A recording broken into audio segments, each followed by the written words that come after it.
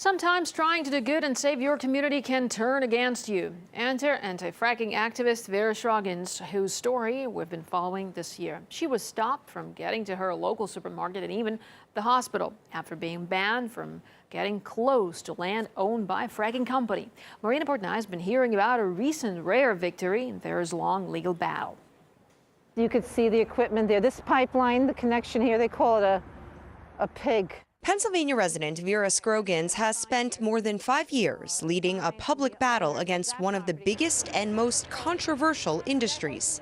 I follow trucks around, see where the fracking's going on. I show them sites from the road, whatever the different phases: excavation, drilling, fracking, flaring, and then, of course, the compressor stations, then the pipeline construction. That's all over the place, like a web, like a spider web. Show them that. And then I take them to people who have been harmed. Last year, Cabot Oil and Gas Corporation, one of the biggest drillers in the state, attempted to silence Vera. A court injunction brought in by the company restricted her from entering upon more than 300 square miles owned or leased by Cabot. The lights, the crane, you see that crane there? It's one of the most extreme measures ever taken against an anti-fracking activist. I couldn't go, let's say, to all the stores I normally go to. I couldn't go to the new hospital nearby. I couldn't go to, let's say, my vet for my dog.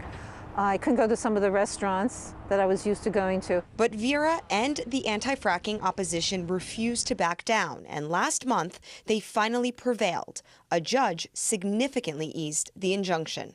I'm going to stay on this edge to keep that 100-foot buffer. She is now required to remain 100 feet away from a dozen properties owned by Cabot, as well as active drilling sites, gas wells, and access roads. It's very important that we got the injunction scaled back last month, and we hope that protesters will understand, and the Cabot will understand too, that there is a First Amendment in this country protecting the rights of advocates, even ones who have messages that big companies like Cabot may not want to hear. Now, right behind me is a fracking site in action. Water, chemicals, and sand being pumped into the ground.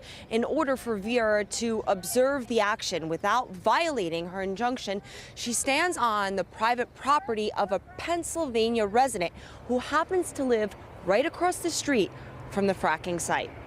We're going to go to a fracking site just up the road, about a mile up the road. When RT met up with Vera, she was touring a group of activists around the county, exposing the dangers many experts have linked to fracking.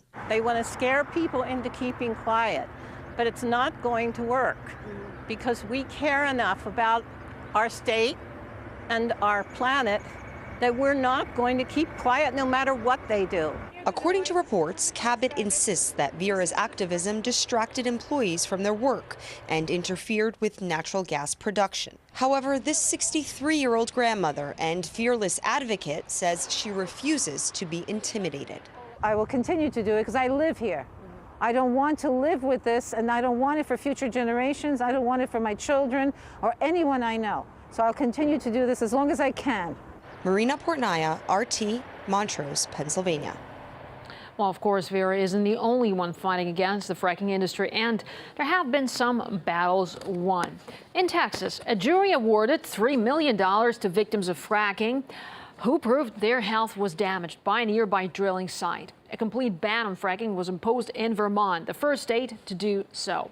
And a company in Ohio was forced to suspend operations after the authorities launched an investigation into a connection between the drilling and earthquakes. Now, here's what one of the activists behind that development told us.